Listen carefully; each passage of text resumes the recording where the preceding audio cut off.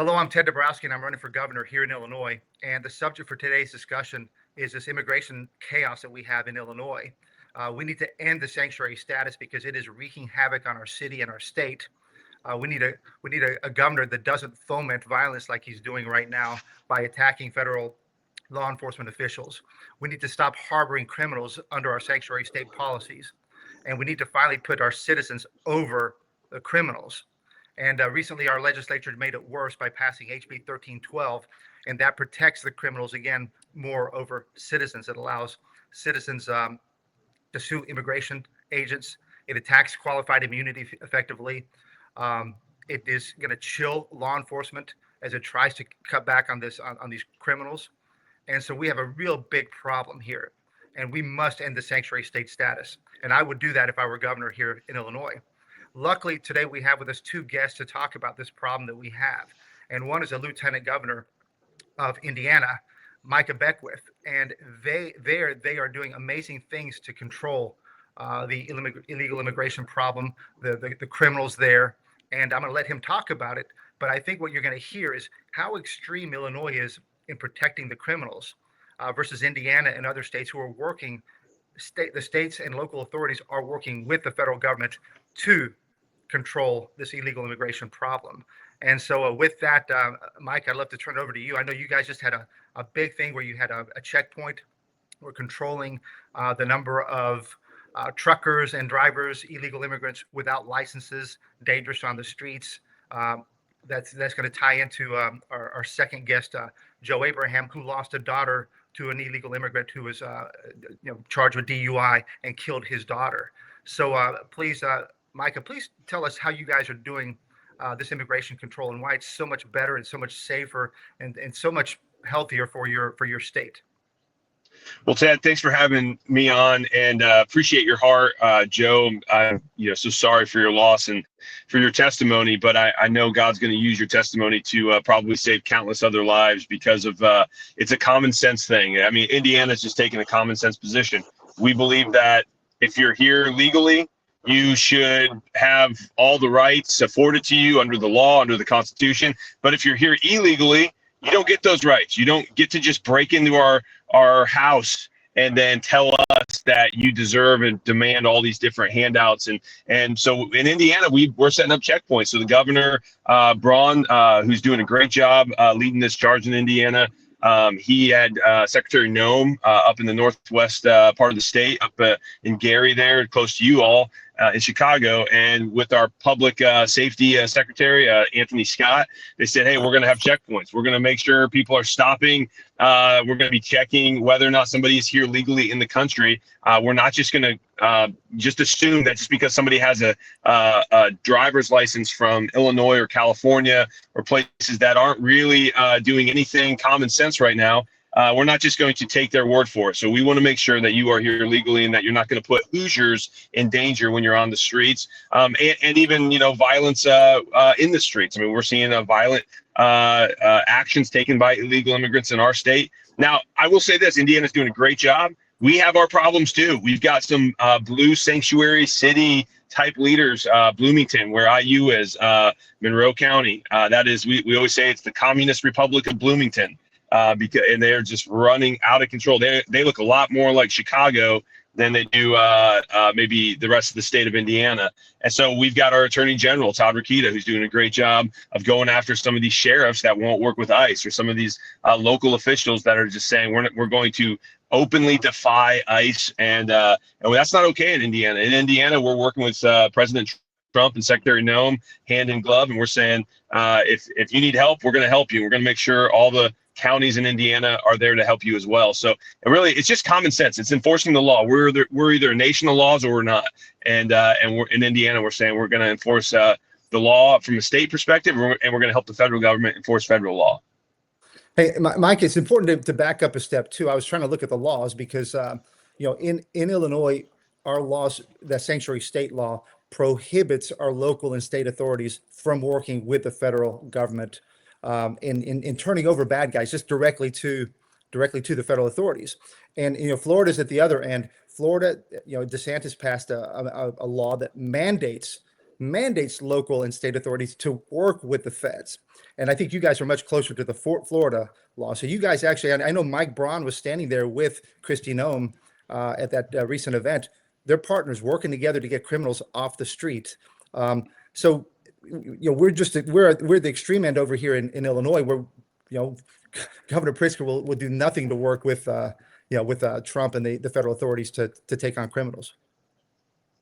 Yeah, I mean, that's a good point. Governor Pritzker he bought his seat. I mean, this is why American politics is so corrupt and dirty. If you have a lot of money, you can become governor of Illinois. I mean, that's just and you hate to see that. I wish it wasn't so, but that's kind of, I mean, that's why he's in office. He bought it, and everybody knows it. And so we're in Indiana. We're saying, hey, work with federal government. Now there is a doctrine of the lesser magistrate that I do think maybe in Illinois you guys could implore a little bit more. If the state or the federal government is telling you to do things that are unconstitutional, well, the local governments really technically have more authority in our constitutional republic, in a decentralized government of power, where the power that is the strongest is the power that governs closest to the people. You can defy the state. You can defy the federal government. I mean, if the federal government ever came into Indiana and told us to do things that were unconstitutional from both the U.S. Constitution and a state constitution, we would say, no, go pound sand. You're not going to tell us what to do. And I think there's I think there could be an aspect of that in Illinois where your local and your state officials say, hey, listen, this is not right. It's we're not going to harbor illegals. We're not going to be forced to break federal law. So, Springfield, we're sorry. We're not going to listen to you and, fight us in the courts then. So I think that could be an option for some of these counties and local officials in Illinois. Yes. Yeah, so tell me a little bit more about the cooperation between the Indiana state and local police authorities working with the federal government, because it seems like it's all cooperation. Is there any non-cooperation, or just it all works pretty well? Because we have the opposite, right? Our local police is told, stand down, stay away, don't get involved. Actually, it's wrong. It's illegal to get involved.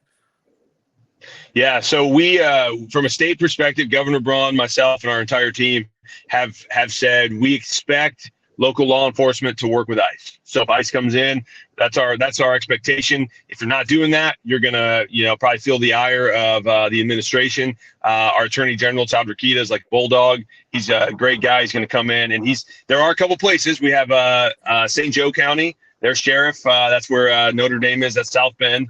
Their sheriff is a Democrat. He doesn't want to work with ICE. And like I said earlier, where IU is, Bloomington, Monroe County, their sheriff doesn't want to work with ICE. And so we are dealing with those two counties right now in the state of Indiana. For the most part, the other 90 counties that we have in Indiana, out of our 92 counties, are doing a really good job of partnering with the state officials, our state police, and our federal officials when it comes to ICE.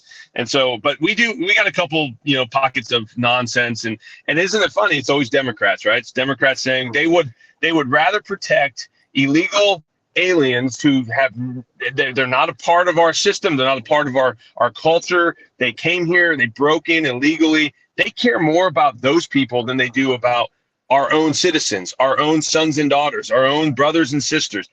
And I think Joe's story is going to hit on just that point.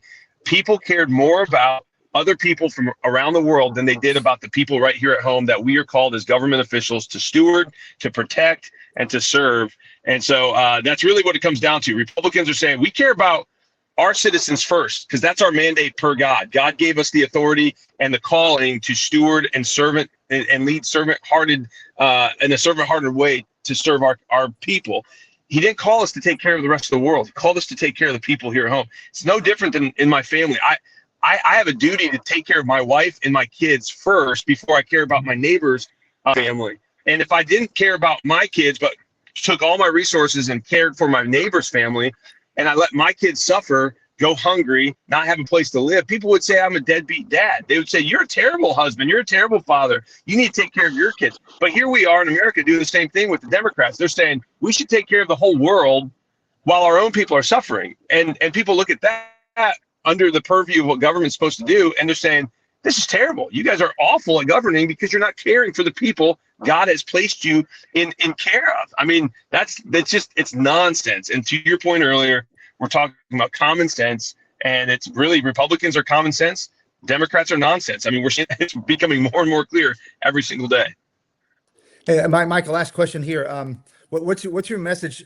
We're trying to bring change. As a party, as a gubernatorial candidate, we're trying to bring change and trying to bring common sense back to this whole illegal immigration argument and battle. What's your message to the persuadable middle who maybe has been confused, has been confused and seen the chaos on the streets? I keep arguing that the chaos on the street could be ended if Governor Pritzker simply cooperated with the feds, right? If he just simply handed over the bad guys directly to federal authorities, then ICE wouldn't be running around trying to chase down bad guys somewhere. What's your message to that persuadable middle Chicagoan to get them to come to our side and realize that this can't continue what we're doing here in Chicago and in Illinois?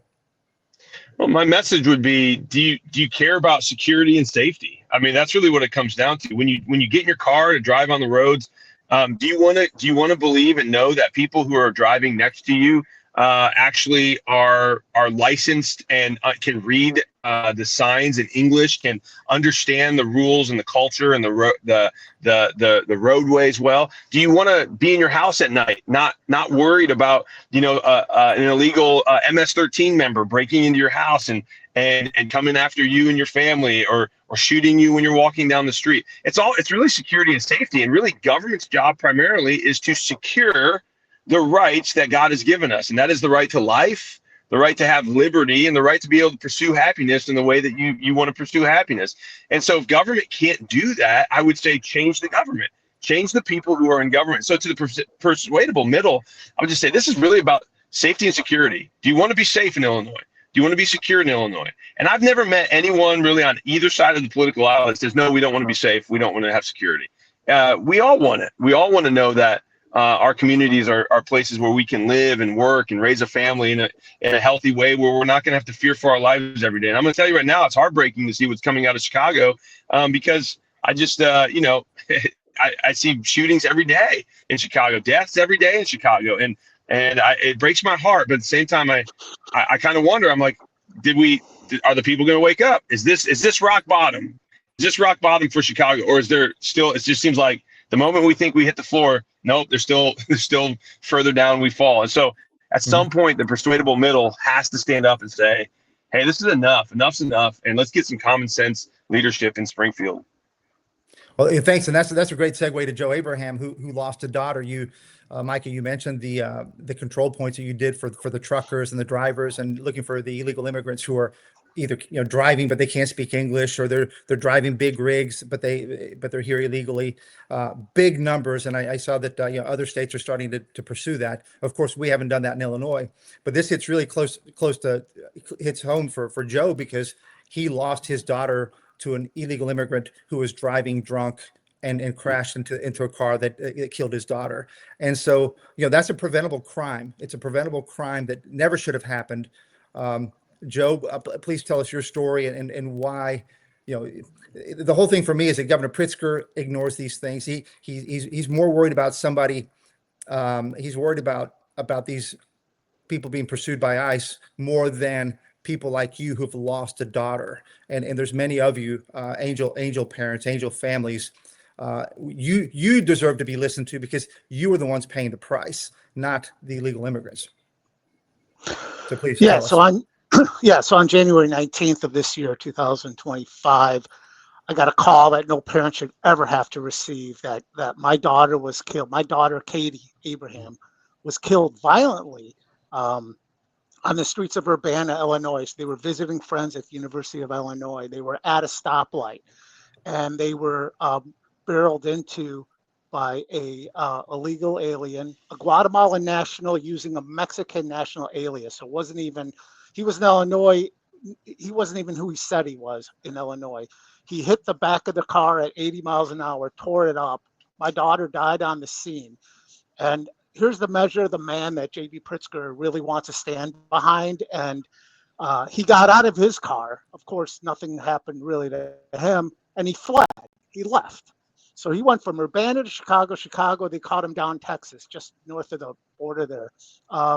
So this is the folks that they are really trying to protect, I think. There's no way this guy should have with any kind of real audit process, there's no way he would be in our state. He's not even who he said he was. And the feds knew that. So if they were working, if you had some balance, right, you would have known that this guy was not who he says he was. He was already deported and brought back in. He had been pulled over before in Urbana without a driver's license. Again, can't speak English, doesn't read or write, probably doesn't know how to handle himself on the road, signs, these type of things.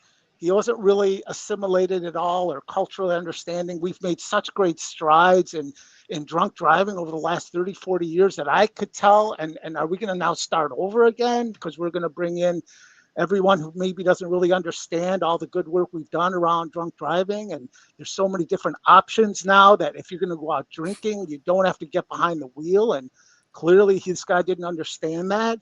And when you think of J.B. Pritzker, all he says is, well, we will throw the book at him, right? He will get his due process, which Katie and I didn't get. I have a life sentence. She got death. But we will give him due process and we'll throw the book at him. But that's not good enough. We are sitting here suffering, not just Katie's death, but everyone around her, friends, family, are living a life sentence now because our state couldn't come up with some kind of a balance to say, we're going to kick open the back door, yet we're going to do some vetting so we understand who's coming in, where they're coming in, how they're going to be supported. Because here's my question too, Ted, is that I can't really understand. Everything I've known is he was not working, was not being productive, yet he purchased a vehicle. He was paying for insurance. He was going out drinking. He was had an Apple Watch, had a iPhone, all these things that and he wasn't working. So I'm just not sure how this whole thing in Illinois really works. And it's just the more you kind of peel back the onion, the more it really does stink. Joe, we talked recently. I think you told me you've never heard from Pritzker. You've never heard from the congressional delegation. Nobody's ever reached out to you to show any empathy, to talk about, hey, the failures of the policies or how you'd like to see them changed. Have they ever anything like that? No, nothing. The silence was deafening. And I realize now that they kind of rule us with arrogance and personal, it's their own personal situation, greed, if you want to call it. They don't rule us with any humility or thoughtfulness. So they absolutely did not even want to hear from me. In all honesty, there's not much I can say there. They literally, everything from the governor to my state representatives to my representatives in Washington, D.C., our senators, congresswomen, state reps, not one person wanted to know sort of what happened and what could change to help strike a balance and not have other families go through this. I mean that's fascinating. The team with me, we recently called for more checkpoints like Indiana's doing and a couple other states are doing on CDL drivers and all that. It's needed. But what's fascinating is that the politics for all those politicians you just mentioned. I mean, your story's sad, and it's amazing how that can happen, and you don't hear a single word from these people. You wrote an op-ed in the Chicago Tribune just the other day, and I thought it was very well done. It was from the heart, but it's also just balanced, right? You just want a balanced approach. You're not asking for something extreme. You just want controls. Who the heck is in this state? Why are they here? How did they get here? I think other states, have done things much better. Of course, Joe, we have to mention that we have all these welcoming policies that Governor Pritzker passed. We spent over $2 billion just on healthcare alone for illegal immigrants. That's not covering the free housing, the free food, the free this, the free that.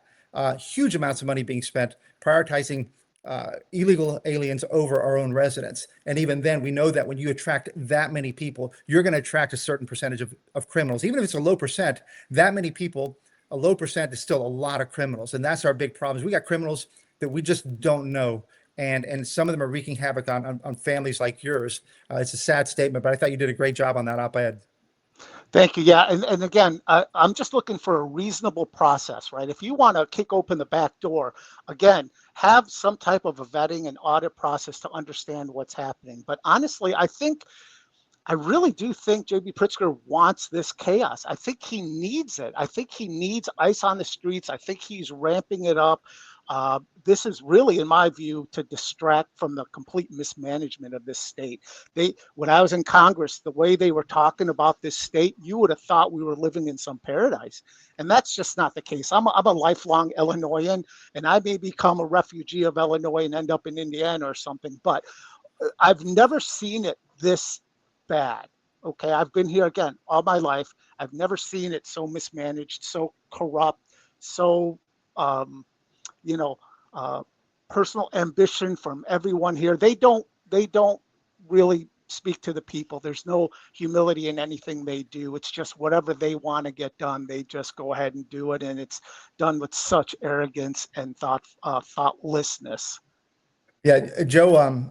I think that's a perfect ending. I think your comments about why Pritzker would want that is of course because I think we all know he's running for president, and so he wants everything he can do to get into the limelight vis-a-vis Trump, and create that battle is what he's looking for, which is sad because I think we could end, and I've said this over and over again, we could end the chaos on our streets with Pritzker working with law enforcement and just handing over the bad guys. We could end the chaos on our streets if Pritzker stopped fomenting the violence. If when he calls our federal law enforcement jackbooted thugs, when he calls them terrorists, racists, and all that, it is so dangerous, and he's putting them all at risk. So all that he's doing, I think, is really so harmful for our state, and it's why he has to go. I think many of his policies really make him incapable of running this state. But I think I really thank you both for being here. Micah, I think we want to. I want to keep highlighting how you guys cooperate with the feds. We don't see the chaos in Indiana that we see here, obviously, because you guys have better laws. You don't have sanctuary state and sanctuary state policies. And you see Mike Braun standing with and working with the federal authorities to protect Indiana residents. And Joe, you represent so much of the pain that Illinois are feeling because of this failed policy. You, of course, feeling it the worst because you've lost a beautiful daughter. It's unfair. It's wrong. And I think just so many reasons why we would have to replace, as Micah said, we have to replace leadership in Illinois, and why I'm running for governor. So thank you both for being on here, sharing your stories. Micah, please keep leading what's happening in Indiana. And Joe, we'll keep praying with you. You keep fighting and exposing the failures, and we're working with you guys. So thank you so much for joining. Thank you, Ted. All right, thank you, Appreciate Ted. it. All right. Thank you. Yep.